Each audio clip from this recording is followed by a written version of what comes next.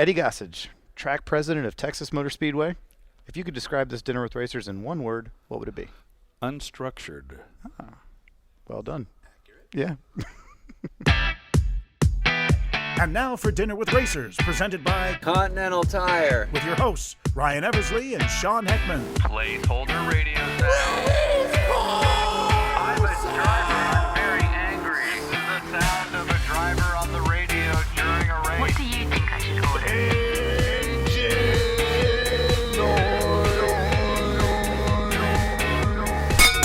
Dinner with Racers, Season 2. I'm Ryan Eversley. Sean Heckman. Honda Odyssey! Continental Tire! All right, you sold yet? Big intro? Well, there's a reason we just did a big intro, because our next guest It's all about the is publicity. all about the big show. So let's talk a little bit about Eddie Gossage, the president of Texas Motor Speedway. Now, I think we should point out before we get into Eddie that if you've listened to the podcast and you listened to the Don Whittington episode, you'll understand that it was quite a hike to get from Texas, or from Florida, I should say, to Texas. We ended up leaving Don Whittington, going straight to Randy Lanier, and then from Randy Lanier, we went straight to Dallas-Fort Worth in 19 hours. We got there at 4:01 when we were supposed to be there at 4 o'clock. That's pretty much it. Like Probably the worst day of the podcast season. we left Fort Lauderdale At 11:30. 11:30 p.m. Right.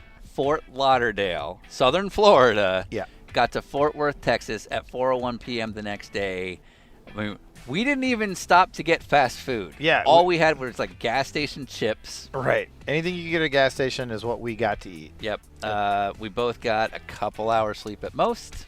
Yeah. Maybe. And the saving grace was that Eddie Gossage kind of carried the show for us. We could have just fell asleep and he would have been awesome on his own. So here's the thing about Eddie Gossage. He is a showman. Yes. Without a doubt. Yes. Texas Motor Speedway is an SMI track, Bruton Smith owned. And Not. We'll get into that. SMI is a Bruton Smith owned track, and Bruton Smith and the SMI sort of circuit of tracks are very known for kind of really developing their own individual brands. Right. So like Charlotte's known for doing some cool stunts. Texas Motor Speedway is a staple of Texas, and they do Texas things. You know, they shoot guns on the podium. They do big stunts leading up to the beginning of a race. Right. And Eddie Gossage could not be the better person to do all that stuff because he loves publicity stunts. If you ever hear someone referred to as a boss, Eddie Gossage is a boss because the guy manages a very important racetrack on the NASCAR schedule, but also still has the fun and sense of humor that you'd love to see out of a guy in that position. And if you listen to the episode, you'll notice right away when he starts talking about some of the monkey-related items, literal monkey business. Monkey business that he came up with, things like that. You just right away liked him. The cool thing to me was that he was checking emails while he was doing it because the guy's busy. He's got things going on. This was recorded a week before the NASCAR chase race. And he's got stuff going on. He still gave us about an hour and a half. We got to eat at the VIP Gold Room above NASCAR's turns 1 and 2. Best view we had of the entire year. Super cool. And I believe I had quesadillas. And I had a chicken sandwich. Of course. And I like that Eddie was reading his emails. He's doing his thing. And he was able to still keep the conversation going like it never... Like you never once faced it. Yeah, exactly. We weren't like, are you paying attention? Because he was better at it than we were. So the guy who couldn't carry a conversation was me. Sean wasn't having a good day. I was not having a good day. I hadn't slept and had some work stuff going on. I was just not there. Yeah. And here's the thing. Eddie, if you're listening, I know my stuff. I really do. And so like I know about the structure of SMI. I know Eddie's career background, but somehow the words coming out of my mouth didn't reflect that. Like literally, if you could name the wrong boss, wrong company, wrong background, exactly wrong. Like if you could name like the perfect worst company to affiliate with, like all that stuff. Yeah, I did all of that. Yeah. It was an amazing, amazing time. But you know what? It was completely honest. Yeah. It wasn't because you're an idiot. It's because we drove 19 hours, starting at 11:30 after a full day of getting stuff done, and then all the way to Texas and making it on time. So I'll let it slide this time. You'll let it slide. I hope Eddie is really the one I want, because I want to work for him one day. Yeah, no, I would like that too. So anyways, all of it possible because of Honda for giving us this sweet Honda Odyssey, and of course our partners at Continental Tire. And their cross-contact LX20s. All right, we're going to start in 5, 4, 3, 2. How you doing? Hey. I'm Eddie. Hey, Sean. Nice to meet Hey, you, Eddie, Ryan Eversley. We met before. Ryan? Yeah, good to see you again. So, are you Mike? Hey, man, nice to finally meet you. So, Here's a bobblehead. oh, my goodness. We got a Tony Stewart bobblehead. Commemorative. That Oh, is 2016. amazing. Well, Is this what you guys are giving away next week? we're giving out 30,000. Oh, wow. Oh, wow. Awesome. Well, now we're not special. There you go. First to get one. Yeah. Oh, I'm telling you, they're all That's over awesome. us. Do you mind if Bill joins us? It's okay. Okay. guess. So, I don't know if you know our story right now, but we literally drove from Florida From Fort Lauderdale. last night.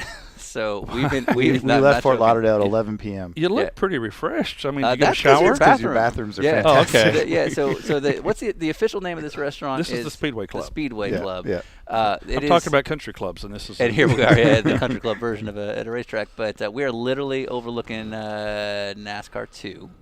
The whole track. Over the you're, whole track. You're above And- turn 1 here. Oh, turn Yeah. 1. Excuse Yeah. me. Okay. Yeah. But yeah, if you saw us literally 10 minutes ago, we were a little bit of a Pretty different. rough. We literally drove. What did Right we to the leave, like parking lot. 11 at night. Yeah. Parking lot to parking lot. Why? Why? Yeah. When we started this road trip a few weeks ago, it was the same experience for us last year. We leave thinking it's going to be fun, it's a good idea, and then we end up a 19-hour drive between Florida and Texas trying to make it on time, and all of a sudden the story changes. So. I grew up in Nashville, Tennessee, and a lifelong Packer fan, and a bunch of my buddies were too. And so there was a period of 6 years I lived in Wisconsin. They'd come up for a Packers game, and it just kind of became an annual thing. And so I wound up in Charlotte, and they said, well, we got to keep doing the Packer thing. So I was like, well, okay. I mean, I love going up there and whatnot. So, but we got to drive, like we used to do. And Right. I said, no, like you used to do. I lived there. So they convinced me one time that because I had a van. Right. I had kids, and so I drove from Charlotte to Nashville, 7.5 hours, and picked them up, Right. and then to Green Bay. And the whole time I'm going, I fly. I don't drive. I'm gonna, and so never. They drove, but I flew. I said, I'll meet you in Green Bay. I'm not doing this crap anymore. So Totally. anyhow. All right. So we got you for an hour 15. Okay. We don't want to get too caught up in racing in details. We want to hear like amazing, crazy Texas Motor Speedway stories because you guys are, I assume, filled with them. But just to sort of set the stage a little bit. Well, I was going to say the background for you and I is that I was here when the Hot Rod Power Tour came through with Rutledge. Yeah. And we had the thing, and you and I ate in a really cool boardroom over there. I think Yeah. we ate KFC or something. Yeah. But No, we didn't eat KFC. That's oh, I'm sorry. I just remember it was fried chicken and coleslaw and everything. Babe's fried chicken. Oh, yeah, oh, and okay. it's kind of a delicacy around here. All right, and, I gotcha. I don't eat it because I'm allergic to poultry. Oh, It's Are the you one thing really? I Oh, can't wow. eat chicken, turkey, duck, whatever. But, You would have a hard time on our road trip. So, Sean's got the one of those opposite. things. Yeah, I have a little bit of an opposite problem. So. okay. Well, I eat a lot of seafood. So. Okay. But they do have chicken fried steak. Oh, okay. At Babes. That's the only two options you have. Gotcha. And so I'll eat that. Yeah. And we had our beer. Yeah, we did. Yeah. Oh, that's so- right. So you guys, this place, you know how to promote and put on a show. I know that because when we were here for the Hot Rod Tour, which Continental Tire sponsors as well as our Right. podcast, Right. we had Top Gear USA on the big screen over there, and they had a stage set up down there, and you guys had a Q&A for the hosts for Rutledge and Adam and Tanner.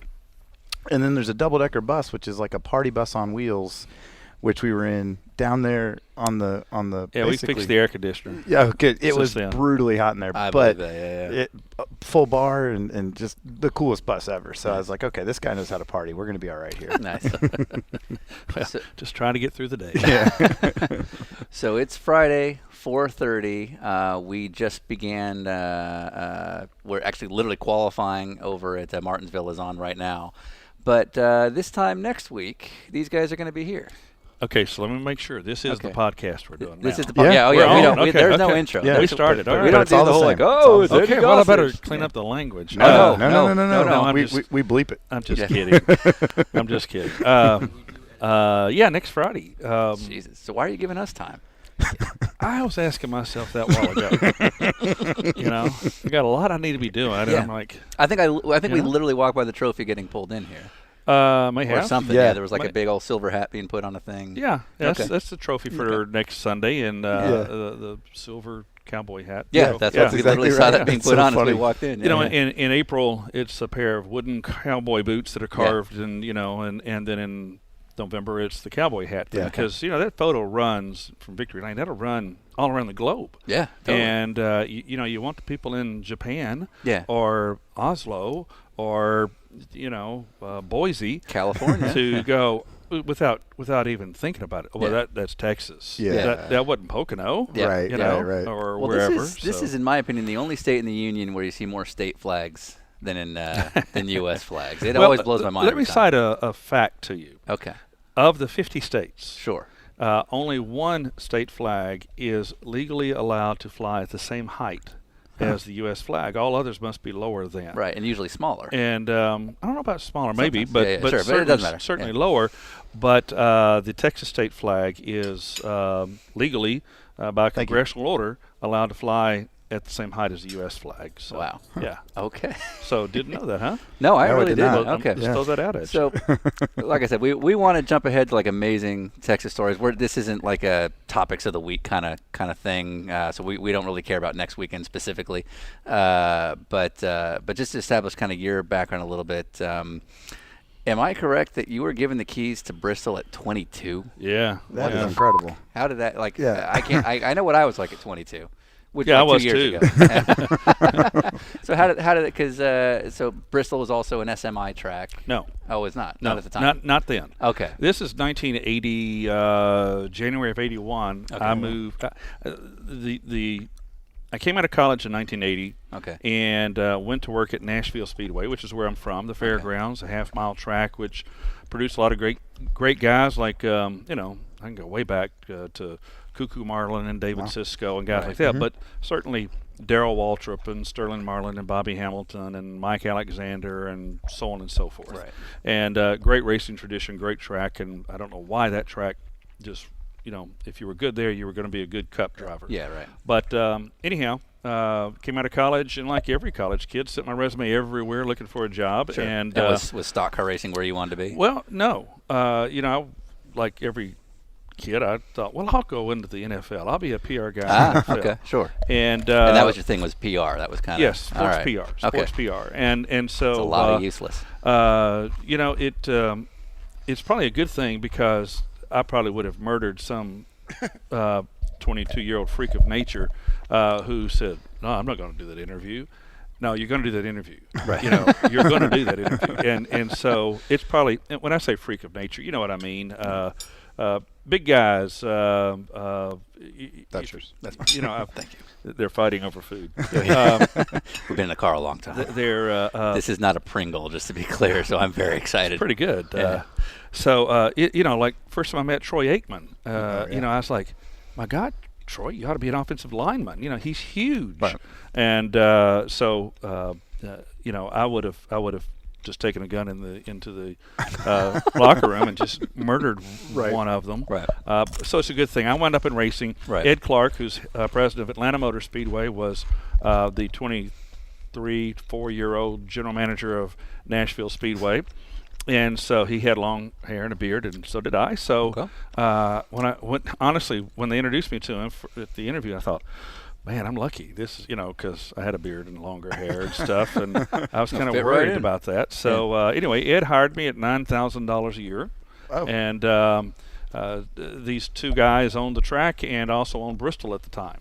They bought Bristol in 1978, I want to say, for $600,000. Wow. So after the 1980 season, they were viewed in Bristol as carpetbaggers. Okay. Come into town, Ed and I would go up there for a week, put everything together for the race. Take opportunity and then. And on the day after, we would go back to Nashville with the money. Yeah. And so that whole view of us being carpetbaggers was true. And so, you know. But you're a Southern guy, so you can get away with it. You know, and so they realized they needed somebody there all the time. Sure. And so I was the logical choice. So here I am at, 22 years old running Bristol. And, Wow. the staff was my secretary who sold all the tickets and a guy that cut the grass. Oh, wow. Little different than today. Yeah. Oh, much different than Yeah. today. Yeah, much different. So, Right. and it's changed. So, to a degree and a level I can't begin to tell you the expertise and the back then, we really weren't doing anything. Right. You sent out some brochures, you bought a little advertising, and you waited for the phone to ring. And today, we've got a sales staff and a phone room, and they're cold calling all day long. And then we've got operators standing by and taking your orders, and we've got digital people doing internet and email and all the social media stuff, and on and on and on. But there's we've got more people in our front office than the Dallas Cowboys have in their front office, to give you an example. It's a big operation, but it's very almost surgical. So the expertise. This is going to be a negative that actually is a big compliment, but you were 22 in 1980. Yeah, I know. And I'm looking at you and looking at myself. I'm like, this guy's like 5 years older than me. Like, you are a very young-looking man for your age. That's insane. Man, I'm uncomfortable I'm suddenly. just saying. Did that kind of sound creepy? Should I leave? Did that kind of sound creepy? I've been in the car a long time. I'm 58. I just turned 58 a few. Don't look 58. couple I give weeks you a ago. lot. How old do you think I am? Yeah. I don't know. I would have said 48. Yeah. Oh. Yeah. Yeah, you actually remind me of the great Bob Varsha. Oh my God! Holy shit. Okay, don't We don't had ever him- say that we had because him he's a on last hero. year. Yeah, Yeah, Bob's a for sure. great guy. He's I've a- known No, Bob he's a- for he's a hero. 35 years. He's Yeah. a much better looking guy than Sean. Yeah, we're the same age, yeah. Bob and I. No So way. he's so good on the F1 stuff. So or it was so good. So Yeah. yeah. Yeah. So anyhow, but yeah. So I've been doing this for 37 seasons now, I guess. Long time. That's crazy. Sean's Long whole time. life. Yeah, Yeah. it's really sad. How old is he really? He's 37. 37. Well, okay, that's 48. Just kind of. Yeah, that's most people guess like 40 and they're being generous, so it's bad. Well, you've got some gray. Yeah, it's a life of Monster Energy drink and no sleep. And Yeah. I don't. So- I Yeah. have And some gray in my Doritos. beard, but I don't have Yeah, any that's why I was really like, heavy gray in my hair. literally, I'm looking at you like, oh, we're like almost the same age, and holy shit. Yeah. So Moving on. Moving Yeah. on. So, all right. So, we'll cover some of the basic information real quick here. But Okay. the week before the race, which is now, how it doesn't feel that manic. Obviously, we're walking in at 4:30, so maybe it was crazy earlier today. well, I'm talking to you and I'm responding to emails. Yeah. So it's kind of I mean that's not manic, but it should never appear manic. Right. Because I assume a chase race. I mean, you guys are. This is gonna be chase race number 5, 6 in the chase. Well, yeah, 8 of 10. So 8 of there's- 10. Yeah. Holy shit. Okay. There's I only, got my math all wrong. We've know, been you- in a car for a month. Yeah, go- we're very sharp. You go to Phoenix, then you go to Homestead. Yeah. So Wow. in to me, and this probably isn't where you were headed, but I'll. No, it's fine. To me, There's no structure. there are there's 3 rounds of 3, and then Yeah. there's the 10th race, the championship Yeah. race. So the first 2 rounds, the strategy, it's taken a little while, and finally it has shown its head this year. Yeah. Strategy is don't do something stupid in the first 2 Right. rounds. Yeah. Yeah. Don't do something stupid in the round of 16. Don't do something stupid in the round of 12. Yeah. Just try and keep all 4 fenders on. Yeah. Okay? And Yeah. if so, you'll probably advance. Right. Well, now there's 8, and it's about to be cut to 4. Right. And there's no more of that. This Right. is, Jeff Gordon right here beneath us felt like Brad Keselowski ran him a little too deep, too high, too hard into a corner Yeah. late in the race 2 years ago. Yeah. And he spun and he didn't hit the wall, but I remember he lost a lap and things like that. And so that's the time he got out of the car on pit road. And Big old fight. And, usually a fight is not a fight. It's a couple guys pushing. Maybe a water bottle gets thrown, and it's kind of a little scrum, but no punches. Right. Well, Jeff, I'm in Victory Lane to do the trophy presentation. I looked over because I've also been around this long enough that I'm over in a corner so they can sling all the beer and champagne and get the hell out of the way. whatever. I'm not getting wet. Yeah, absolutely. I'm not going to get pulled over on the way home. And I was standing in Victory Lane and see these guys threw alcohol all over me. That's why I smell like this, because they don't believe you. Right. But anyhow, I'm standing over in a corner and I look, and here's Jeff 3 or 4 feet from me inside Victory Lane, and we made eye contact, and I like, man, he's pissed. Right. Man, that's blood running down his chin. You know? And I was like, wow. Okay, so I knew something had gone on. Right. I don't know what, Yeah. but I heard the crowd, so I knew something happened, and then I knew something happened again. So I'm like, yes. You know? But I don't know who. But Jeff and I made eye contact, and I saw the blood, and so I knew it was a real fight. Yeah, Punches absolutely. were thrown. And So this isn't metaphoric blood. Like you're literally seeing blood on him. Blood on his chin. And he, like I said, he looks at me.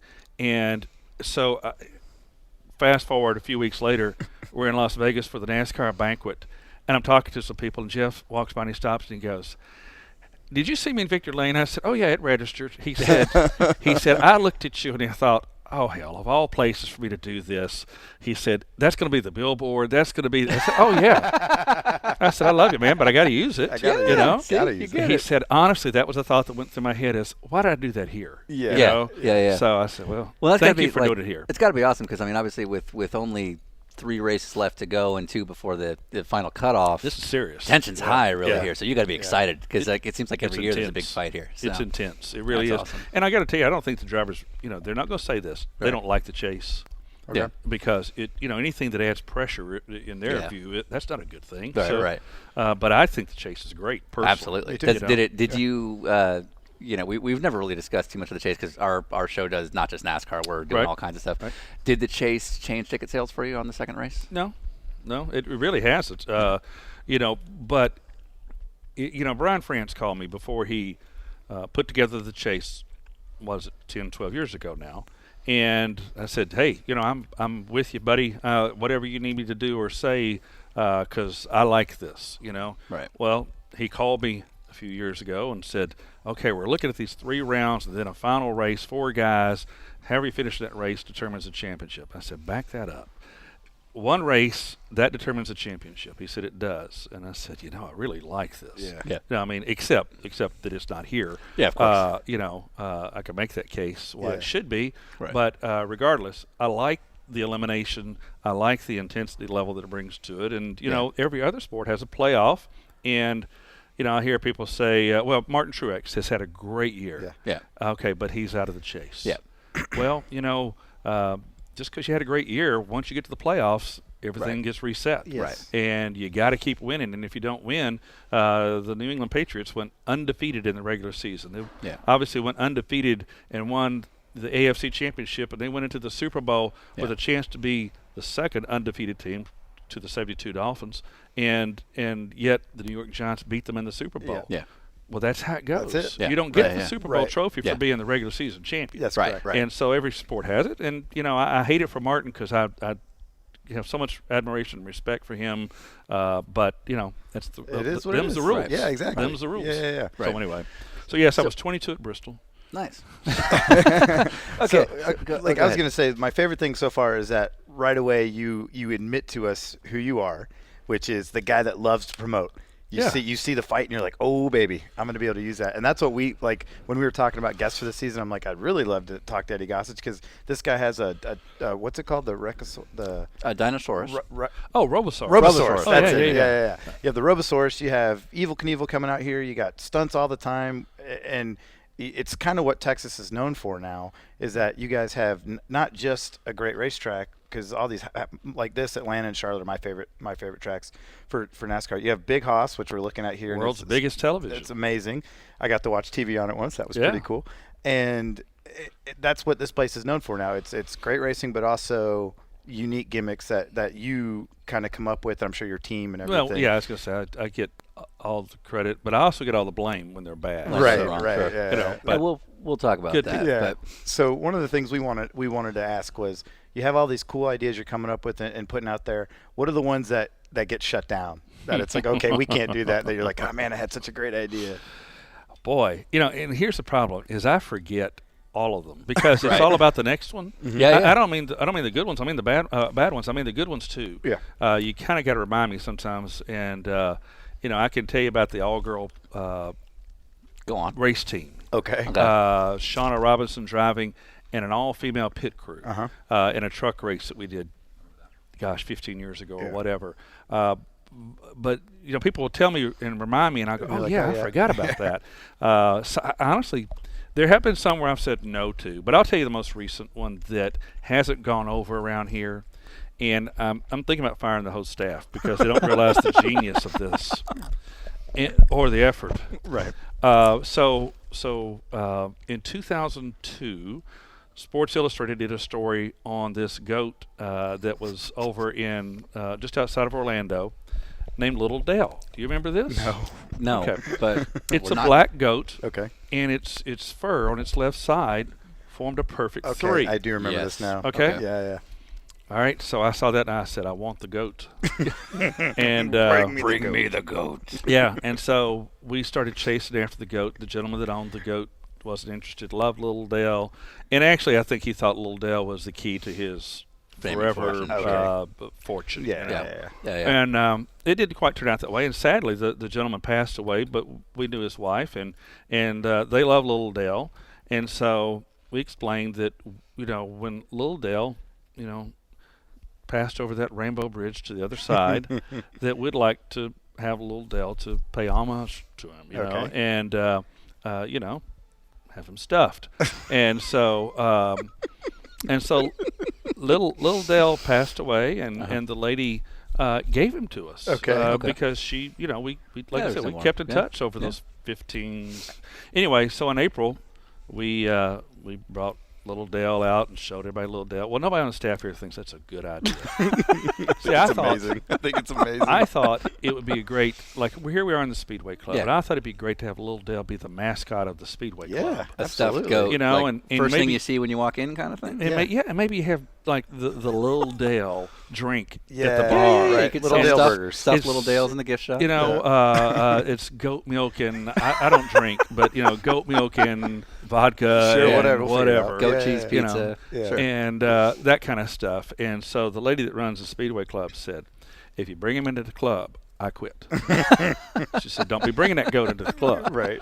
And so, I probably have to let her go. But nobody has come up with what to and Little How to Dell's- use them. Little So you Dell's- have them, though. So Oh, yeah. You needed to find something to do with Yeah, them. Little Dell's a pretty good size. I mean, Is he, it's so not he a- is stuffed and hanging out somewhere. Oh yeah. He is. So there's a stuffed goat somewhere in the he's annals here. in this building. He's in storage. Okay. And we just got to find the right place for Yeah. Little Dell. Okay. Can we I please? personally think it's genius. Can Yeah. you tell Mike when he comes to round you up that we have to have a photo with Little Dale? that allowed? I don't know Is if he that knows legal? where Little Dell is. Okay, never Can mind. we but just we'll rummage around try. until we find them? We'll try. And I give it a- tried to we'll reach walk up out when we're done. to Dell Jr. Okay.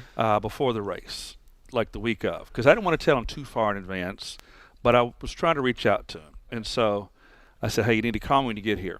I need 2 minutes of your time. Yeah. He never called. And okay. So we still roll out Little Dell, and so I see him at driver introductions on Sunday. And I said, hey, you never call me back. He goes, I heard about it. And I said, well, I wanted to take you to see Little Dale. I wanted you to understand, and he goes, kind of creepy. I said, well, I thought, kind of creepy. I mean, it is kind of creepy, to be honest with you. Sure, yeah. But- a little bit. But, I got to think about that later. Does he mean that his dad was reincarnated in this animal? Because I don't believe in that stuff. Okay, sure. It's just a fluke of nature that this thing has a 3 on its side. Right, and it has to be the right But colors. I wanted Yeah. to see it and understand the humor behind it or whatever. And I said, you want to see it sometime? He goes, kind of creepy. So Dale's never seen it. So, Right. if he wants to sit, we'll take him to it. Someday. But we don't have haven't figured out how to use him. All right. Maybe mount him. So, I mean, like I don't know how it works when you get an animal stuffed. Like he's not weatherproof. I'm assuming. No, he's under glass. Okay, so what if like stick them on top of the museum of the hotel or the condos, the scoring pylon or something? I think people need to be able to get close to get their picture made. Oh, with it. okay, I hear you. He's on this base and he's standing, his front paws up on a rock. As he should. He should be like holding a little trophy from Daytona. Well, a little 500 trophy. Little 500 trophy. They did a little. That would work here. They did a Texas. little Yeah, video of animated video, and it has me reading a paper, and you see Lil Dell on it, and ding, an idea, and then anyway, next thing you know, I fly somewhere and I got a bunch of money and I bring Lil Dell back, and it has me in the flag stand like in what was that, the Lion King, and I hold up the goats and the crowd roars and that kind of thing. So it's all a joke. It's nothing serious. No, it sounds very serious to me. So was Little Dell stuffed before he was transported, or how's that work? we had a taxidermist down there to do the work. Because you don't want to ship him pre-stuff. No, that's probably difficult. No, it's fair enough. They did a great job. Yeah, he looks very much alive. Actually, don't ask why I know. I'm this. happy. I'm good. We can end it right now. Don't ask why I know this, but Texas is the only state in the union that has a publicly taught taxidermy part of high school. Oh, and see, Corpus I didn't Christi. know that. Yeah, Corpus Christi, they that. do that. I had to do a History Channel special about it. maybe we'll get Little Bill stuffed. I just learned that Florida State has a circus school. I miss my calling. Did you not know that? No. I mean, I just learned it today. Right. Nice. Why? Didn't you once have a circus outside? Yeah. Didn't you once have a circus outside the track? No, inside. Oh, excuse me. Inside, Yeah. and we shot like the human cannonball over the garage. Yeah. So and she didn't want to As do you it do. that way, and I said, look, on this side you're standing and people see you get launched and you disappear. On the other side, people just walking along. All of a sudden, there's a body flying through the air and lands. I think that's way cooler. Yeah. And she said, well, I got to be able to see the target. And I said, what does it matter? Whether you see it or not, it's not like you can, can't control can the you landing. shorten Yeah. it? Can you lengthen the, you're gonna going to land land where you're going to land, Yeah. sweetie. So here's the deal. Yeah. And so she did that. We had a guy do a high dive. He's like 100 feet in the air on top of a ladder. Okay. And he set himself on fire and dove into a pool of water. Right. I'm trying to think what else. But, yeah, all kinds of circus-y kinds of things. But that was when we had the themed Wild Asphalt Circus. Right. Yeah. So, yeah. That's what they And then over here outside Turn 2 had a big carnival, which isn't a circus, but it had that circusy feel, with the Ferris wheel and rides and stuff, sure. and night racing, and there's all these carnival all the stuff going things on in the background. lit up Kinda over there. giving It's that kind of cool. atmosphere. So Cool. Goes back to my Nashville Speedway days, which was at a fairgrounds, and you could, Yeah, you could go out had all and the have all the stuff. all the midway stuff going on. Yeah. So Yeah. All right. So is it a common thing then for when you call a driver, they're like, I don't want to call Eddie back because he's going to have me jumping out of a plane or something? For some of them. Yeah. Yeah. I actually had one Name. tell me that Name. no. Big name. Okay. And he was in the June or July race it is in New Hampshire. Okay. And he said, I did something stupid and I'm crashing. And he said, spinning across the track, I can't see. There's smoke everywhere. Now, our race isn't until November. And he said, the first thing that came to mind was, man, Eddie's going to have some fun with this one. Yeah. And I thought, that's just not the way you need to be racing. You don't need to be Crashing and thinking about me. Your face is the first thing that comes into somebody's mind. And so I don't know if it's good or bad, but I think it's amazing.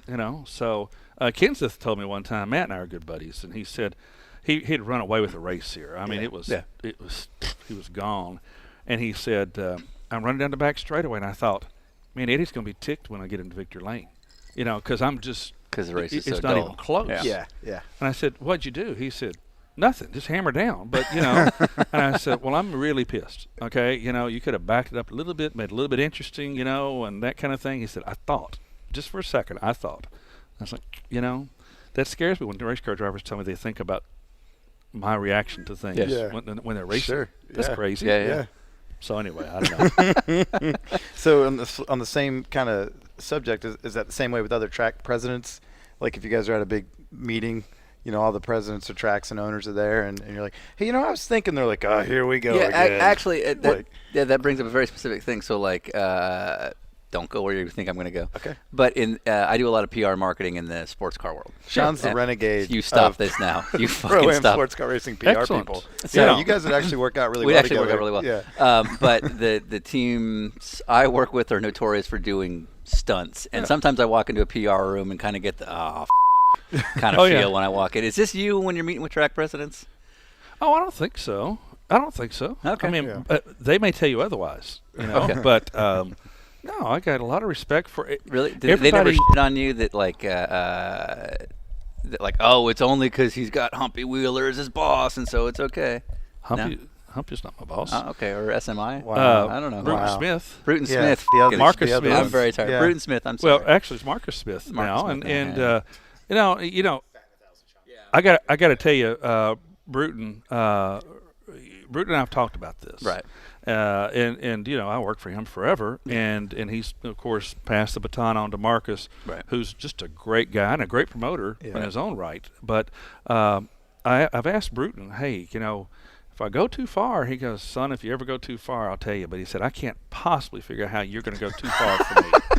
So he said, you just keep going, Game don't even on. think Right. about it. Game on. And so when things passed along, to Marcus, I said the same thing to him, because Marcus is not as outgoing and bombastic. Okay, Maybe sure. that bombastic is a better word. And I mean it, as a compliment to Bruton, because I love Bruton like a dad. And, he's just such an important person in my life, and I'm just blessed to have him as part of my life. But Marcus said, you've never done anything that's made me uncomfortable. And I said, okay, remember you said that. Yeah. So, the truth is okay, you're talking about track presidents together. I'll tell you a quick story. Right. So we're having a meeting, and this is the SMI track presidents. Okay. And we only do this once a year, and it's at the NASCAR Cup banquet in Las Vegas. Sure. And Bruton kind of he's never told me in 27 years of working for his companies, he's never told me to do anything. Okay. Ever. Okay. He'll say something like, hey, pal, wouldn't it be a good idea, or that kind of thing. And I love that, and so so one day we're having this meeting, and he's like, he says, I was noticing that souvenir program sales are horrible. Well, souvenir program sales are horrible in everything. I mean, a lot of NFL teams don't even produce them. A lot of major colleges don't produce them any longer. It's just things have changed. Yeah. And he said, Trained Monkey could sell souvenir programs. Oh no. And so I'm sitting there.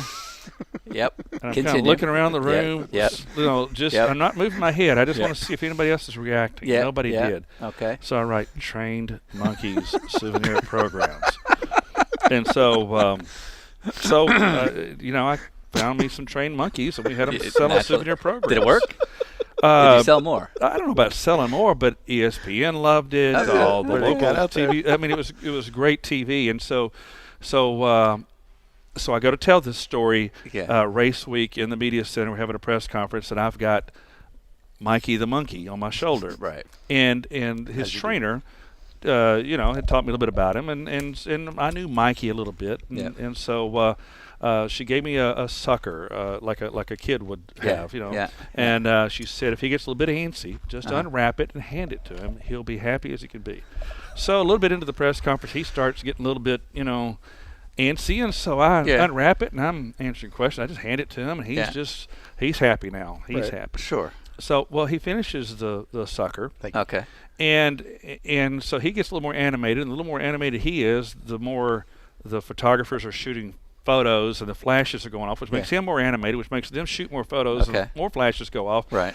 And the next thing you know, I can feel his little feet digging into my shoulder, and he's crawling over my head, going to the other shoulder, and back and forth and stuff, and I figure it's time to end this. Yeah. So I do. And so the press conference is over, and I give Mikey back to the trainer and that kind of thing. And anyway, about 2 hours later, I scratch my head, and I go, oh, man, my head's like, the hair is just hard as it can be. And I realize monkey slobber and sucker slobber and stuff. Right. And then I go, wait, what? And I pull the stick out of my hair. I've been walking around for 2 hours with the sucker stick jammed in my hair. And so I got monkey slobber mousse in my hair and stuff like that. So anyway, but, that was the other track presidents. They didn't catch that one, and I did. Yeah. So, Nicely done. So, 4 minutes or less here. We the only other track president we met with in the whole sort of series of the show was Jill Campbell, who was the kind of the operating manager of Mazda Raceway Laguna Seca. I don't know if you guys have ever crossed paths. It's publicly owned. They have a very different group of people to answer to. Texas Motor Speedway is part of ISC and owned by Bruton Smith. SMI. SMI. There you go. SMI. You do understand we've been in a car for 19 hours. It's been a long We're the time. guys in the SMI, white hats. Not ISC. SMI, right. which is owned by Bruton Smith. Jesus Christ. Thank you very much. And Marcus Smith is our president and Marcus, CEO. yes, and We really do research these things. I honestly would know this if this was tomorrow. okay, So I promise. good deal. We're based in Charlotte, North Carolina. Okay, fair 8 enough. racetracks. So my point is, Mazda Raceway Laguna Seca is very restricted. They can only run 5 public events. They have a. They always are fighting with sort of the county to keep the track open. Here it's a little bit different. I assume the community is a little bit different in how they embrace it. But what are sort of how does this sort of business model of Texas Motor Speedway work? It's changing a bit because of the transition from Bruton to Marcus. Bruton was very entrepreneurial, and he's funny. He would never really get terribly involved in the day-to-day activities, where Marcus is far more involved because this is all he does. Right. Bruton also has Sonic Automotive, another publicly traded company that's got automobile dealerships all over the country. Right. I think Bruton told me one day he's got like 18,000 employees or something like that. Real estate holdings, and one day he and I'm driving, and it's about dusk, and we're in Dallas on a very busy highway, and he's kind of bending over trying to look at these buildings, and I go, "What are you looking at?" And he said, "I own that building," and it's huge building. And I said, "Well, why do you own that building?" He said, "Well, because I own the insurance company in that building." And I said, "Okay." And he said, "I've owned that since 1970, I guess, something like that." Wow. So he's got a lot of other things going on, where Marcus is very This is tuned what he in, does. and this is what he does. Right. And so, little bit different philosophy, but Bruton would call you. Bruton would call you. This is so. Ed Clark and I, going back to Nashville Speedway, 37 years ago, Bruton will say, "Hey, I talked to your brother." Yeah. He's talking about Ed, and so Ed will call me all down in the dumps, and he'll say, "Have you talked to Bruton lately?" Yeah, I did yesterday. He said, "Well, he called me and told me about, you're doing this, and so-and-so is doing this in Bristol, and, so-and-so is doing this in Vegas." And he didn't mention a thing about what we're doing. I said, "You mean and I'll tell him what he's doing." I go, "He called me. He did the same thing, except he's telling me about you and the guy." And I said, "Come on, Ed. Yeah. You've been here longer than I've been here." Right. So, but that was how Marcus is a different approach, which is great. Love working with him, and he's wants to know more about every little thing not every little thing. I don't mean it to sound that way. Everything that you do, he likes to be engaged and involved. He likes for us to share best practices from speedway to speedway, Right. and that kind of thing. Yeah. So it's but you're encouraged to do whatever.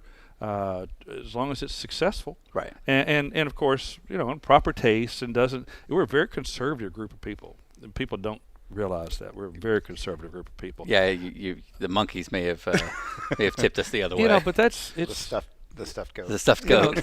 The monkey was clothed. Okay, fair enough. Okay. Could have been a nude monkey, and Right. Would not be okay. nobody would have really thought much about that. But Now, was it clothed with like Texas Motor Speedway clothing? Of course. Of course Okay. it was. Yeah, right, naturally. Come on, man. Yeah, the billboard. Yeah, I What guess. kind of question is that? So some of the other SMI tracks, it's Charlotte, Bristol, Vegas. Okay, let me go. Texas. I kind of go east to west, sort Okay. of. Charlotte, Atlanta, Bristol, Kentucky, New Hampshire, Texas, Las Vegas, and Sonoma. Right. That's Sears Point. It seems like Charlotte and Texas, this is in my perception, are the ones who do the most stunts, so to speak. Like, I don't see that kind of stuff happening in Sonoma as much. Is that just a personality well, I don't thing? think it fits The culture in Sonoma? the location. I don't think Yeah. it fits road racing, Yeah. et cetera. Sure, So, they emphasize their wine heritage. Right, yeah. In Victory Lane, you have a toast with a glass of wine from the Napa region and that kind of thing. And so it's you do what's right for you. area. Here we're shooting 6-shooters in Victory Lane. You got a cowboy hat on. Yeah, so yeah. Right. and because that's appropriate, because that's what we Texans do. Right. I shoot 6-shooters at night often. Just Every night. Just like that's driving what on the that's your go to highway. Something bed. goes great, just bam, bam, bam, bam, bam, you know. So, This is your going to bed ritual. you know, Okay. but Yeah. so anyway, you know. Okay, so one of the questions we had as a track president, you've got to have some crazy fans getting out of hand stories. Yeah, but I'm not going to tell you those. Well, that's all I had. Is there like a NASCAR jail here? Like, is there just a holding pen you guys put people in for an hour? See, okay, so, you know, NASCAR, a bunch of rednecks and Sure, beer and Yeah. fast women and fast cars. Right. It's not like that. Cowboys Stadium. I got season tickets. Yeah. Okay. Cowboys Stadium. They average 10 arrests per game. Oh, wow. You know, yeah, every yeah. Sunday. Wow. And I'll be honest, there's a whole lot more they could arrest. Right, You know, right. Whole lot more. Here, and this has been, gosh, probably been 10 years since I checked. Yeah. I think we had 2 arrests for the season. Oh, Wow. And so And do you guys have to have any restrictions? No beer after a certain point or anything like that? TABC regulations, I think we cut off beer sales with 25% to go. To go in the So, race, okay. for instance, if it's I'll make it up because I don't do math well, 400 lap race, you cut it off at 300. Yeah. That kind of thing. So you Right. try to do those type things, but you know, but you're also allowed to carry in. This is one of the things we allow here because, you know, the First Amendment right of every race fan is the right to bear a cooler. Yeah, And right. Absolutely. so, you know, but as I say that, cooler doesn't necessarily mean beer. Right. We once did a survey, and 49%, which surprised me, 49% carry beer in their cooler. 51% carry, you know, other beverages and snacks and things Yeah. like that. And Right. you'd be surprised how many people have medical issues, diabetic, and they've got to carry the right Right. foods, the right medicines and things, Yeah. keep them cold, etc. Sure. So, Right. but I before that, when I saw a cooler, I thought beer. Right. Sure. And that's Right. not Yeah. the case. Sure. Fair enough. So, All right. Too much serious stuff. Let's talk Yeah. stunts. All right. go. Robosaurus. Okay. So first of all, Robosaurus. Robosaurus. What's the budget on Robosaurus? Like, I want one. So Robo is for sale. Oh. Oh, all how right. much? Hear You that, know who listeners? built Robosaurus? No clue. The very same guy that built Evil Knievel's Sky Cycle that Okay. Yeah. that they try had to the parachute yeah, problem. Yeah. Okay. Back in 1975, 4, Yeah, whatever. And Robosaurus is really cool. And I'll be honest, I was the PR guy at Charlotte Motor Speedway. Ed Clark was VP of events, and we worked for Humpy Wheeler. Right. And so I'm in a grocery store, and I see Robosaurus on the cover of, you know, Inquirer or one of those Okay. things. Yeah. Okay. And I grabbed that. Okay. Yeah. I got to know more about it, and so I take it in on Monday. I go into Ed's office and say, "Hey, look at this. We got to get this thing." He said, "That's crazy." I said, What's this our is robot greatness." dinosaur budget? Yeah, Right. We don't have a line item for that one. Right, And, right. and he said, "That's a terrible idea." Now, does this And- stuff go through Bruton or through? No. Okay. No. Okay. And so this is like 1990, 91, something like Yeah. that. And so the next day I'm going with Humpy somewhere. I don't remember where. And so I was like, I need to show him that Robosaurus because I love Ed, but I think he's probably wrong on this one. Right. He is. And so I go in his office. He wasn't there, so I just got the Inquirer, whatever it was, off his desk and took it with me and driving along. I said, "Hey, look at this." I handed it to Humpy. He goes, "We got to get this. Find it." And so we got Robosaurus there at Charlotte, and I went and grabbed Dale Earnhardt, and I said, "Hey, you got to see this thing."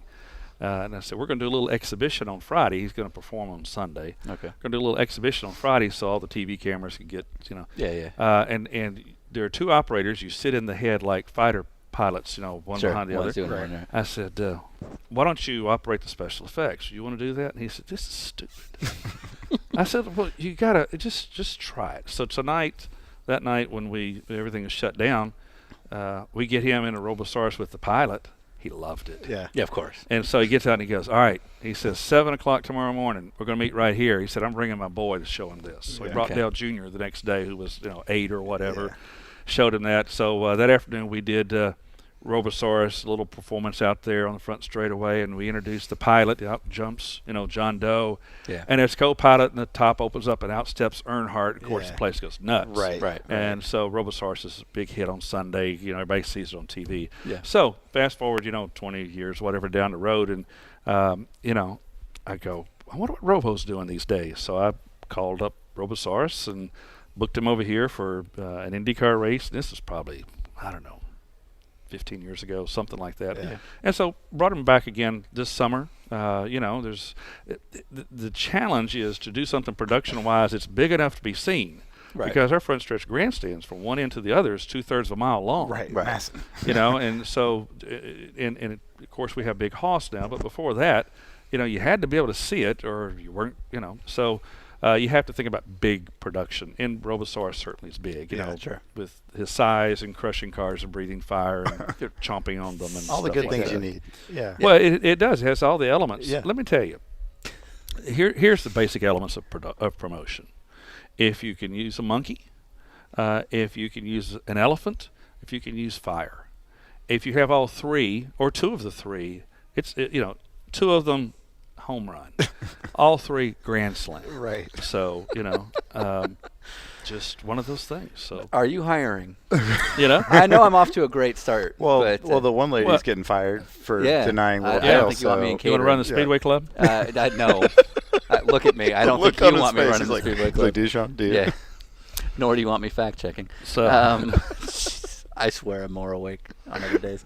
All right. Well, speaking of promotion, and you don't have to answer this, but this year there was a little bit of controversy. So Phil Robertson, who's known as one of the Duck Dynasty guys, really the father of the clan. Yeah. right, The Robertson clan. There, exactly. And he was already under some hot water a couple of years ago for saying some controversial statements on a number of minority issues, and you had him lead the prayer, and that prayer ended up becoming a bit controversial because he literally said, "Lord, help put a Jesus man in the White House." Right. And if I'm being blunt, Ryan and I read that and went, "Oh, Eddie totally knew what he was doing when he had him lead the prayer." No. Really? Really? Okay. First of all, okay, let me back up. Okay. The Ducks, Duck, we call them the Ducks. Right. But the Duck Duck Dynasty Commander, family, right. the company that make the duck Yeah, calls. yes. I'm not a hunter, but they make the duck calls, and they sponsored the race. It was a 3-year deal. Right. And they're all very popular. Sure. With our fans, and so and they have a variety of talents. We've got a couple of singers, and Sure. so they would come to us and say, could so-and-so sing the national anthem? Sure. Right? Let me hear a tape. Sure. Yeah, Sounds good. yeah. Let's do it. And so-and-so wants to say, gentlemen, start your engines. Now, the only thing that is spelled out in the contract for any sponsorship here at Texas is the sponsor gets to name the person that says, gentlemen, start, or Oh, drivers, okay. start your Okay. engines. Okay. Everything else is, we plug different people in. For Sure. instance, coming up here, Dennis Quaid will say, gentlemen, start your cool. driver, Okay. start your engines. Okay. My buddy Chuck Norris is going to introduce the 8 drivers in the chase. Goddamn because right he is. He's the baddest man on the planet. Yeah, you know? yeah, no doubt. And so, anyhow, That's awesome. they said, we'd like to have here, there, or whatever. Okay, fine. It's not like they, quote unquote, bought the invocation. Okay. But when they said, how about Phil? Well, okay, whatever, fine. So you had no idea what was coming. I cannot tell you what the invocation has ever been. It's not like you sit there and go, okay, It's what gonna you be- praying for? Yeah. Yeah. That just seems awkward. Now, we are going to screen who's going to sing the national anthem sure. and all that kind of Yeah. stuff. Yeah. But you don't screen, quote unquote, screen Right, the prayer. right. I And totally so, get that. yeah. But when you hear him say, "Please put a Jesus man in the White House," is there a little side he's like, "Thank you"? Thank you. Yeah, and it's Because it's like gonna this get is going to hit headlines. headlines. Yeah. Yeah. As soon as I heard it, Right. and I'm standing there like everybody else, as soon as I heard it, I go, well, okay. Going to be answering some questions about that one. Yep. That for the rest of the day today. Yeah. And, For the so, week. Sports Illustrated called me 2 weeks ago when we talked about it. Still. And Okay. yeah, it's still there. Yeah. And Okay. in fact, it's in this week's Sports Illustrated. And a And- podcast in November. Yeah. So look, you're not going to please everybody. Sure. I know that, and so it's one of those things where it's offensive to some people now to even do the national anthem. Right. What the heck's wrong with this country? Right. Yeah. And I'm so that's my personal view. Sure. And so if you have somebody, the Fort Worth Stock Show and Rodeo, it's been going on for 120 years. Their rodeo's a big thing every January. They had a Muslim, and I'm going to use the wrong words simply because I'm ignorant about the religion.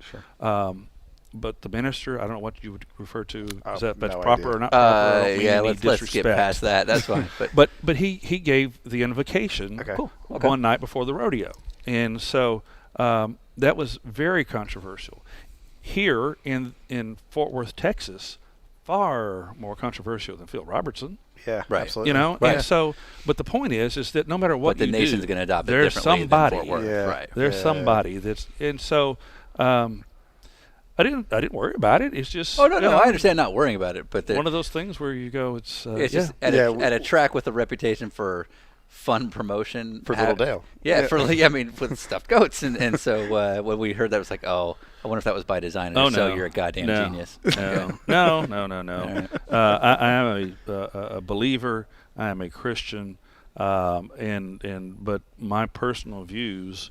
There are certain things we're going to do. There's certain things we're not going to do ever. Sure. Yeah. Or you know, if the track wanted to. And unfortunately, I work for one of the finest Christian men I know, Marcus Smith. Sure. But if the track ever said we're going to do this and it offended my Personal belief faith, or something. Right. Yeah. I wouldn't work here anymore. So you know, but that was not something that's pre-done. You don't you know, write out the invocation for me.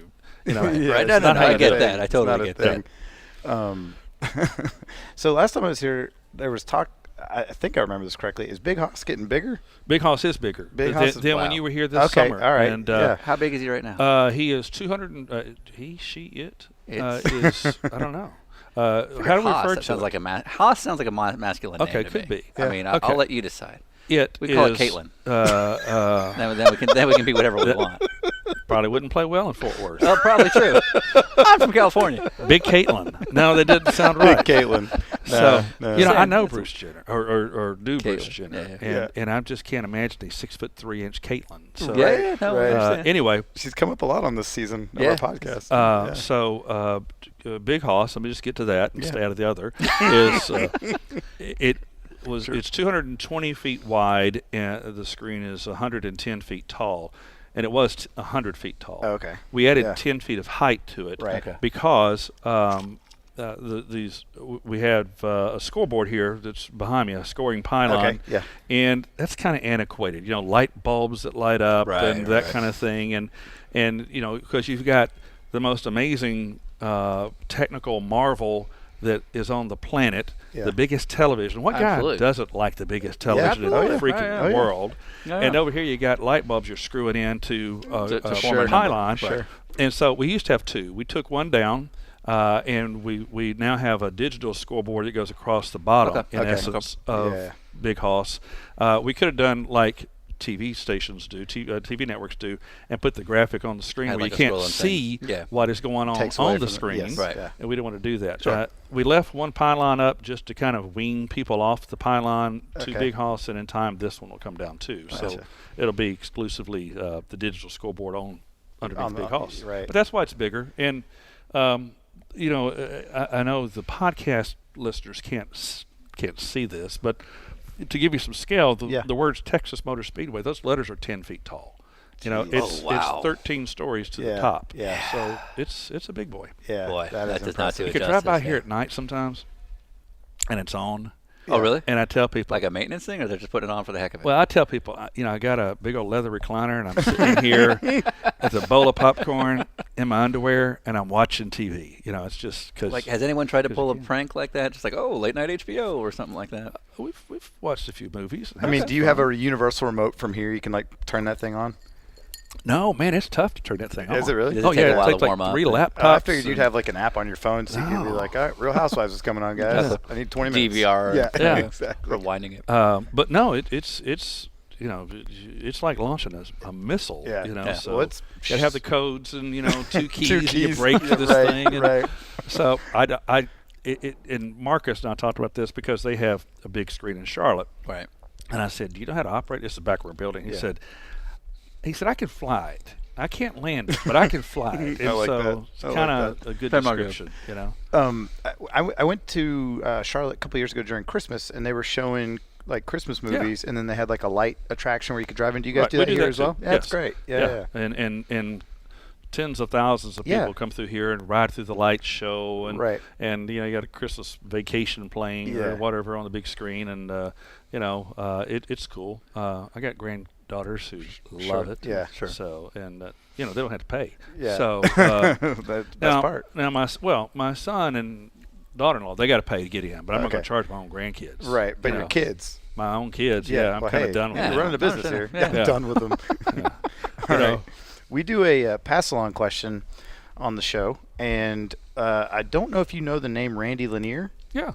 the former. Former kart, Yes. sports car, Yes. Yeah. sure. So See, y'all don't know all my background because I was Danny Sullivan's PR guy back in the 80s Okay, at kidding. Miller and Al Okay. Holbert. The only car I've ever wanted to drive, because I'm not a race car driver. I'm smarter than that, and but the only car I ever wanted to drive was the Lowenbrow Special Porsche. That was man. the most Yeah. 962. I liked you before. I love you now, man. Beautiful. That's Wow. awesome. I loved Good call. hearing that Al thing. Holbert's race car. Road America. Yeah. Al would go by the pits. They'd give him his lap time, and Al would just calmly hit the radio button. Thank you. And you'd hear the turbos kicking in as it went over the hill and disappeared there. And it's just greatness. Just awesome. Well, so anyway, so yes. So I know who Randy Lanier is. That's great. A lot of our fans don't because he's kind of the 27 years gone. Yeah. But he's out. He's doing great. We met him last night. He couldn't have been like we just love the guy. He was so cool. He's out. He's out. Yeah. He's working. He's doing Good, great. good. Couldn't be a more pleasant guy to talk to. And open. And his pass-along question for you was, and I think it was a little loaded, but he said, "Do you have a driving school at the track, and do you need instructors?" Does Randy know who I am? He knew Texas Motor Speedway. Okay. Yeah, no okay. no question. But the answer is yes. We have a lot of different Okay, racing well, schools he's going to be here. probably calling you. We have one that's located about a mile away from us, and they have 40 some odd Cup cars. We could do a whole racing field. Yeah. But we also know the Richard Petty School comes through here on occasion. The Andretti Motorsports School comes through here. Is that Andretti Jeff Gordon Andretti? I don't know if Jeff. Anyway, Yeah. I'm one the time wrong they guy were to ask about connected. facts today. And then we've got a couple of racing schools that run on the road course as well. And there have been times where we've had an oval school going on and a road course school going on simultaneously. Sure. Nice, So, we've the schools stay on the road course, but we've had races. We had, and I'll use the wrong terms, but we had 2 or 3. What was it called back then? Anyway, American Le Mans? Yeah, American Yes. Le Mans series Yes. races Yeah. that used the Roval. Yep. The road course, the oval combined. And I loved them. So, why doesn't that happen anymore? Just not it enough didn't draw a interest, crowd. or Didn't draw a crowd. And, you just, it's got to make business sense. Yeah, Yeah. absolutely. So love those cars Yeah. and love the people in it. It's just a great sport. So Yeah, because you guys do other events here. You had the drift cars here not too long Yeah, ago, and yeah. that pulls enough of a crowd that it's worthwhile. it's a cool event. Yeah. We do drifting a couple times a year, and we're going to be doing the trucks, the Super Truck Series. Robbie Gordon? Robbie Gordon, Oh. along with our truck IndyCar weekend in June. Oh man! And what layout will they run? I can't get into that because it's top secret. Sure, amazing. Okay, can you tell us off there? Because I'm trying to get in that series. So I did, and I said the only car I ever wanted to drive was the Lowenbrow Porsche 962, but I did make him agree that I could drive one of the trucks. Yeah, because nice. do the jumps. That looks so and cool. stuff. So, That looks so cool. yeah, it really does. So Yeah. it's going to be Awesome. a blast. We've Awesome. run Global Rallycross here. Yeah, that's right. Really, really believe in Global Rallycross. Yeah. A lot, and so tried to work out a deal with them and just couldn't get them to commit to things, and Sure. I don't know why. Sure. Yeah. But they run over at the Texas State Fairgrounds in Dallas. Okay. Yeah. On a makeshift course that they put Yeah, together, that's and kind of the way. whatever works for them. You Right. know, I love the people in that sport, and I think those cars we've run them They're here very cool. are just those are great. Yeah. So yeah. And just to put some perspective, I mean, a lot of our fan base is road racing fan base. Right. So You say the American Le Mans Series didn't make financial sense. I don't care if it's NASCAR, now IMSA, or World Challenge. You guys essentially have to bid on the races that you get, correct? So you're paying a sanctioning fee. Yeah, I look at it kind of like this, and sanctioning bodies don't like for me to say it, so let me say it real loud. The sanctioning body is the wholesaler. Right. And we are the retailer. Right. So imagine, whatever product sells to the grocery store, a can of beans at 40 cents, and the grocery store puts them on the shelf and sells it for 60 cents, you make that 20 cents. Yes. Exactly. The sanctioned body is guaranteed their money. Right. They're going to get theirs. Yeah. And then you take the risk. But, greater the risk, greater the gain, greater the reward. So you guys run 2 NASCAR Sprint Cup races, and we'll put some fictitious numbers out there, but you pay them, let's say you pay them $100 in sanctioning fees. You've got to make that $100. Oh no, you got to make a lot more than that. Yeah, right. No, I understand at that. least That's what 100. you have to make over that for it to make sense. So if you're paying that sanctioning fee to American Le Mans and not making that back in ticket sales, vendor sales, sponsorships, it's just not a viable option. And everyone's different. With NASCAR, Sprint Cup, the TV rights are significant. Right. Yes. Well, that's what I was going to say. IndyCar, we don't get a penny of TV rights. So that was actually one of some of the business questions I had is in terms of kind of what kicks back and what doesn't. So in NASCAR, you do get some of the television revenue. The television revenue comes to the track, and it's divided 65, 35, 10. Okay. 65% goes to the track. That's bad math, isn't it? No, that's correct. 65% goes to the track. So you can sell 65% of the commercial space during a... No, the network pays you a fee. Okay. And, but I can't even do it in round numbers. My math is so bad. But you get to keep 65% of the money. Okay. I'm trying to do my math right. 25% goes into the purse. Okay. And so the teams, the competitors get it. Right. And 10% goes to NASCAR. Okay. So, that's how it's all divided up. There are 3 different types of races, A, B, and C. Well, it's actually 4. There's the Daytona 500, which gets an astronomical amount of money. Sure. Astronomical amount of money. Right. Astronomical amount of money. Astronomical. You don't seem I'm to. not sure you don't where seem you're to be going hung with up on this. that or Yeah. anything. Yeah. Just Where are you going with this? just let's talk ratings points. Let's talk Okay. about should it get as much as it gets. Maybe not proportional.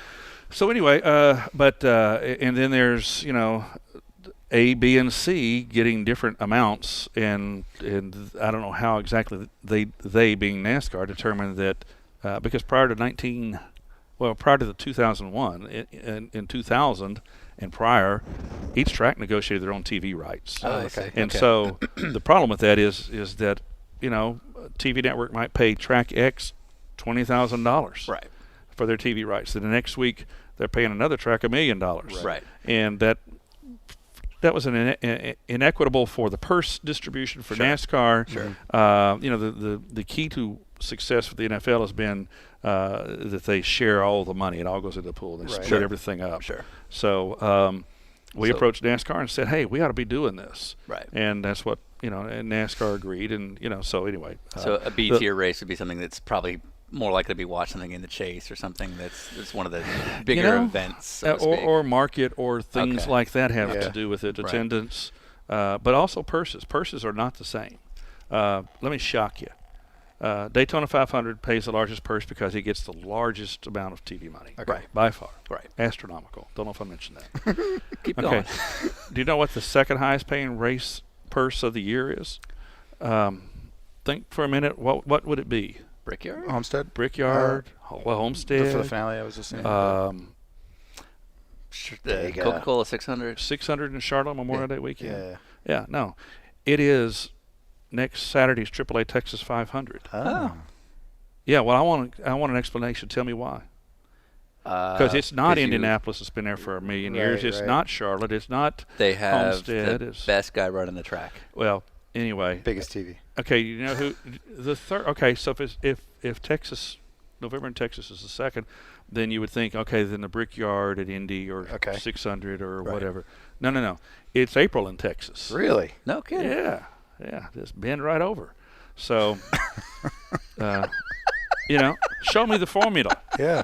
Yeah. So, you know, That's why it's such an important thing for you to mention that it's astronomical. Yeah. For Daytona. I don't know if I 'Cause, mentioned that. yeah. Yeah, let's. Okay. You know who figures that out? NASCAR. Copy.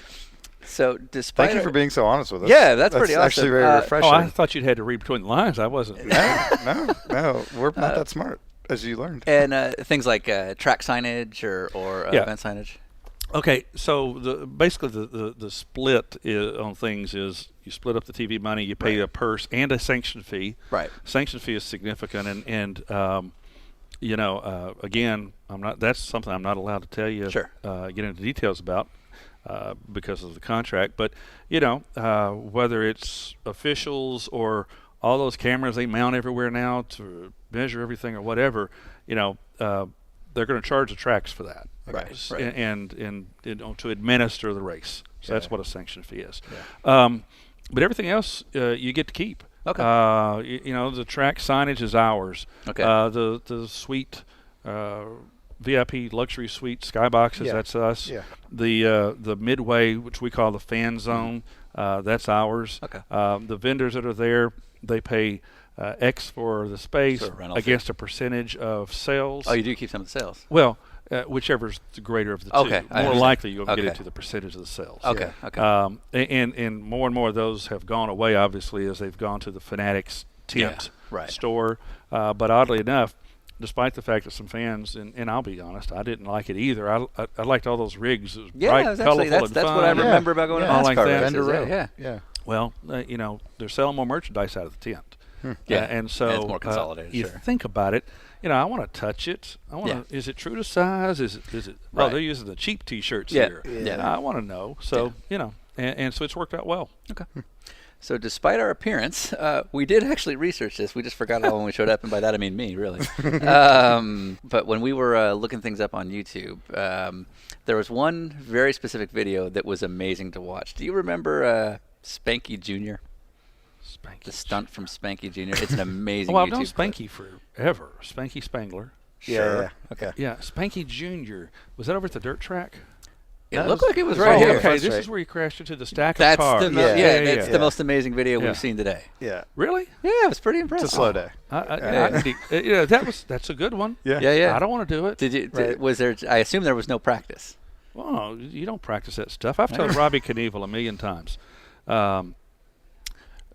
I love Robby, but you know he's a bit of a challenge, and he'll come out and he'll do practice jumps a couple Right. days before, and I'm like, why are you doing this? And just put this in perspective, Robby Knievel once jumped the entire IndyCar grid for you. yeah. Yeah. That was a good one. That's a cool deal.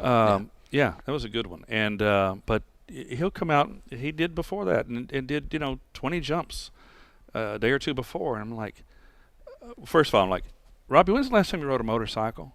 Well, let me think. When was my last jump? And he doesn't ride. I kind of think that's important. But anyhow, so he'll come out and he'll do the jump, in an empty place 20 times. Like, dude, you don't do the jump but once. Right. Only when you're getting paid, buddy. Yeah, that's right. Because That's right. if you bust your tail and then you can't do the jump on show day, Yeah. you ain't getting paid. Right. All right, so I got a motorcycle jump story for you. Yes. So, we used to do Legends races on the quarter-mile track that Right. connects pit road and the front Right. straightaway. And there was this old motorcycle jumper from Arizona, and I'm trying to remember his name, Bob Duffy. Duffy. And so I think I'm right on that. Maybe another guy, but I'm thinking it's Bob Duffy. And so he does this wheelie thing where he'll get two people and they lay down on the track and their heads are top of their heads are 18 inches apart, and he'll put an empty Coke can there, and he'll do a wheelie like 75 miles an hour and go between them and crush that Coke can. Okay. All right, so we practice it, and he gets me down there. Okay, I'll be one of the dummies, So you put a helmet on, because if he runs over your That's gonna make face, it. it's going to help. Yeah. And so did it several times. It's great. That night, he's going to come up in the stands, and he's going to grab me and somebody else to do it. Okay, so it comes down to time. He grabs me and somebody else to do it. We lay down on the track, and he comes through there, and goes through, and then dink. I go, he hit my head. He hit my head. So get up and I take the helmet off and look, and there's a skid mark across the top of that helmet. And I go, son of a gun. If he wasn't better at this, he shouldn't be doing this, Right. So he's still got his jump to do. So he's going to jump, now I forget how far it is, through flaming goalposts that we erected down there. And of course, ramp to ground, which is a little more difficult than ramp to ramp, actually. But anyway, so he makes a couple, 2 or 3 speed runs at it, and he gets down there, and he's ready to go. And so we're all standing down here by near the goalpost, and he gives his guy the sign. The guy takes the torch and lights the goalpost, and up in flames they go. And here he is, and you hear, yeet. And we're all sitting there, what's going on? Where's he? He's not coming. He should be flying down through here, and then you look over and the goalposts are just kind of crumbling to the ground on fire, Done. ashes and stuff. And so finally sent Big John down in the pickup truck to where he's sitting. So what's going on? Big John radios back. He popped the clutch and blew the engine on his jump bike. Oh, that's great. Get him down here. Batting 1,000. So he pulls him, he gets him in the truck, brings down the start-finish line. We talk for a minute. He says, I want to talk to the fans. Like, okay, you do apologize to them, Yeah. So he gets the microphone and goes, well, I'm sorry I blew the engine on my motorcycle, but he said, anybody ride a motorcycle to the races tonight? And I think, no, we're not going to pull up one out of the parking lot and do this jump. So I take the mic away from him, and he says, look, I got to do this jump. I don't have any money. I don't have enough gas to get home to Arizona. And I said, well, you ain't getting paid if you don't do the jump. Right. He says, all right, tell you what, you got a strap or a rope or something? Yeah. He says, let's tie it to the back of your truck. He says, what truck do 70 miles an hour? And Big John goes, sure. He says, all right. Basically, he's going to hold on to it like he's skiing behind a boat. Yeah. He puts that jump bike with the blown engine in it in neutral. He's holding on to this rope, and Big John's towing him down through there, and he says, you got to be 70 miles an hour, not 71, not 69, whatever. Big John's 70 miles an hour towing him down through there, and he gets close to the ramp, and he's got the rope in his left hand, and he's trying to let go of it. He's got it wrapped around his hand. He's trying to get, and it won't quite let go, and finally This guy's amazing. He hits the ramp, he takes off, and the rope flies off, and he lands, and he goes down, And what happened is when he landed, his foot hit the shifter, put it into first gear. Oh, and right. it just, Yeah. So I go over there, and he's laying there on the ground, and I go, you okay? He goes, yeah, but I think I broke my finger, and his little finger just pointed, 90 degrees the other way because it was tangled up in that rope and stuff. And I go, that's pretty good. And I lay there and I just count money and lay it on his chest. I had his money in my pocket. I said, that's all right. So he laying there. I just put it on his chest and walked away. That's so, like I've made it. Yeah, I'm paying. That you. was worth it. That was worth So, it. You earned this. Okay, well you win. So our next guest is Ryan's boss over at Real Time Acura, Petey Cunningham. Petey's a known Acura guy, known Honda guy. Yeah, 7-time World Challenge champion and very good race car driver. Yeah. Any random question you could think to ask him. Okay, yeah, I got one for you. Here's the question for him. Has there ever been in the history of production cars from Honda that they used a motorcycle engine from the Honda division? I'll give you the answer because you need to know. Yeah, they did in the early 70s. They put I want to say a 350 Honda engine, and the car was a piece of crap, and it was grossly underpowered, as you can imagine. Although the 350 was a badass motorcycle in the early 70s. I mean, that was the one you had to have when you were 14 years old. If you could convince your dad that you could handle 350 cc's of awesome power. Yeah, that's right. But they put that motor in, and I want to say it's a little Civic. It was one that looked like a roller skate, if you remember. Yeah, a little CVCC. Yeah. And so ask him, see if he knows that. He'll know it. Well, it's not that well known. He has his own Honda museum. Okay. Yeah, okay. Well, yeah, he'll know it. Okay. But he'll be blown away that Eddie Gossage asked him that. He'll be like, really? Yeah. Okay. And it was chain driven. Yeah. I believe. Yeah. I think you're right about that. Actually, it had a chain on it. Yeah. Can you imagine a chain driving a car? Anyway. So you've obviously been around for a while, and you know all the good stories. Why do you think it's not more public that Johnny O'Connell tried to murder Dario Franchitti? Well, I don't know. Probably because a lot of people would like to murder Dario Franchitti. No, I don't know. I did not know that Johnny O'Connell tried to murder Dario Franchitti. All right. So if we're talking track presidents, did you ever cross paths with California Speedway's Scott Atherton? Oh, I've known Scott forever. And were you guys like arch rivals? Because he's a little more conservative. Oh, no, than no, you. no. And let me. I like Scott a lot. Never had an issue with, well, for that matter, with any track president, to be honest with you. No, not at all. Not one bit of gossip you can tell us about. On Scott, I don't think there is any Yeah, right, gossip on right. Scott. Scott's just a real straight kind of guy.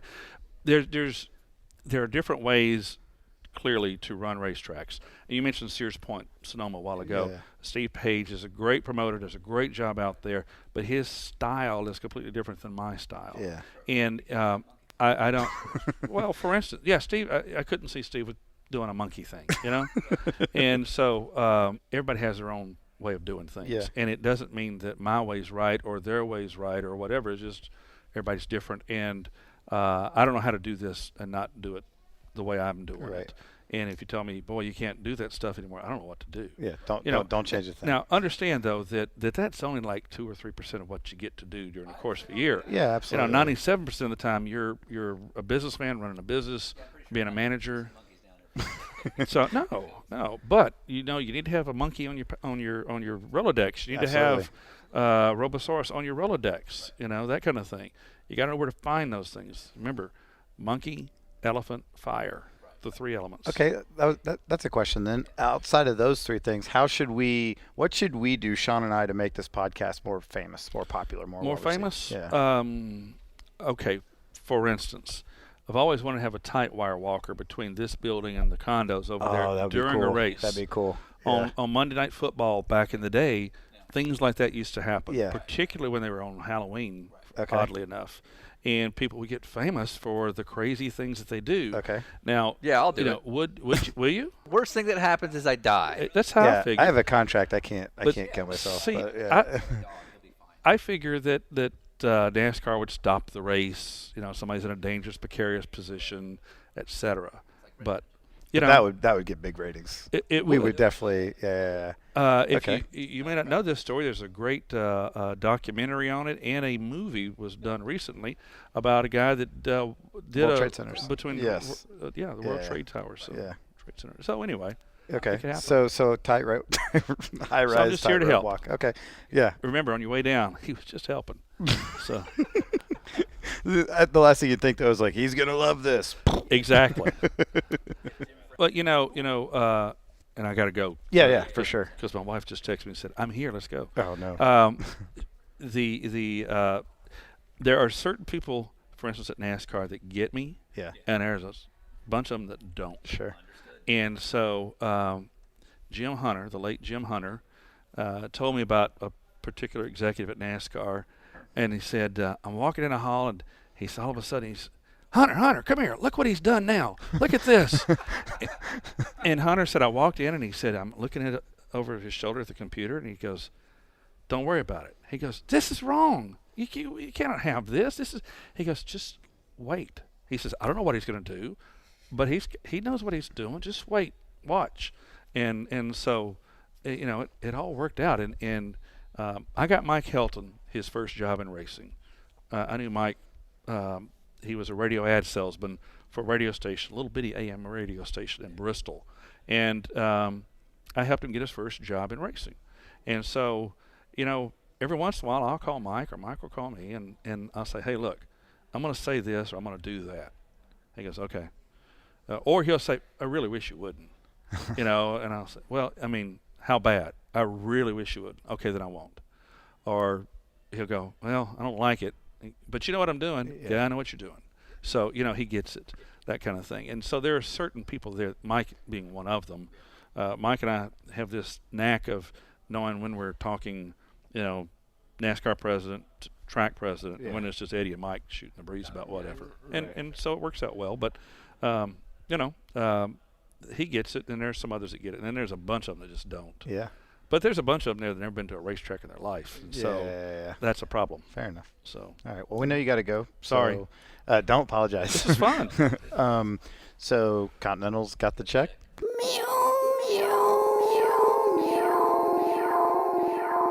I'm finished. Wow, that was such a great episode. That guest really knew how to tell a story. Did you like that, Eddie Gossage, Ryan? Did you like that, Eddie Gossage, Ryan? Did you like that, Eddie Gossage, Ryan? Good. We're all happy for you. And thanks again for joining me on all these edits. You're welcome, Sean. I'm right here.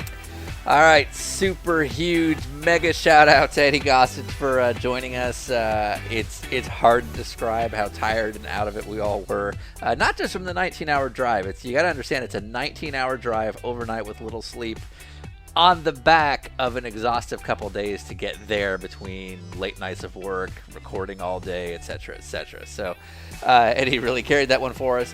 And again, I want to apologize. I swear I know my stuff a lot better than it came off during that recording. Eddie, I hope you one day hire me. All right, we're going to close out with the only song that can be played after a recording like this. It's from my guys at IC Hawks in LA. We've played them a couple times before. They're available on iTunes. This is an amazing song called Slash from Guns N' Roses.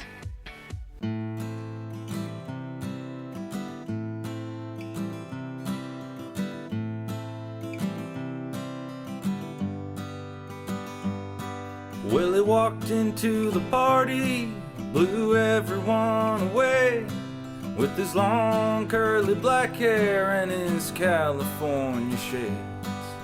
He picked up a guitar, he was just about to play, and someone came up to him, and that someone said, "Hey, you're Slash from Guns N' Roses." Well, he didn't say a word, but he put that guitar down. He gave out his cell phone, he's at every party in town. And all through the summer, the word was getting round. Well, the women came a-seeking and the men, they threw the sweet leaf down. For Slash from Guns N' Roses, Slash from Guns N' Roses.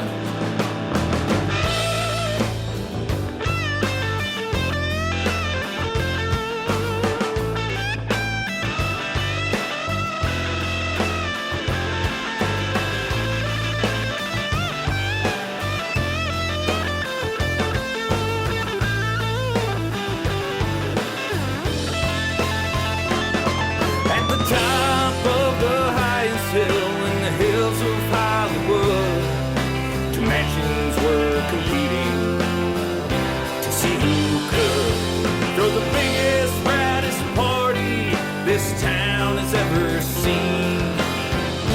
2690 Beechwood said we've got Slash. 2693 Beechwood said, oh yeah, well so do we. Yeah, we got Slash from Guns N' Roses. Slash from Guns N' Roses.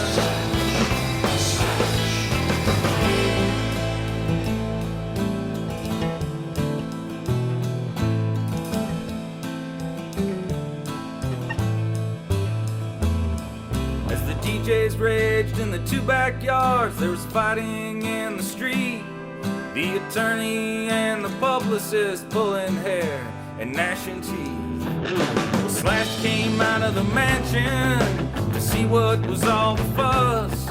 From the other house, Slash came out too. Wow, what a rush. Well, the people cried, it's a miracle, like in the days of Galilee. But no, said Slash, let's show this bash. We'll just pick up our guitars and see which one's Slash from Guns N' Roses. Slash from Guns N' Roses. Well, the crowd